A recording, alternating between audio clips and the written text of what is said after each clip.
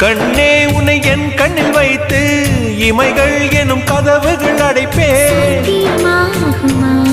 நான் சத்தியம் செய்யவா? தொடு தொடுவெனவே வானவில் என்னை தூரத்தில் அழைக்கின்ற நேரம்.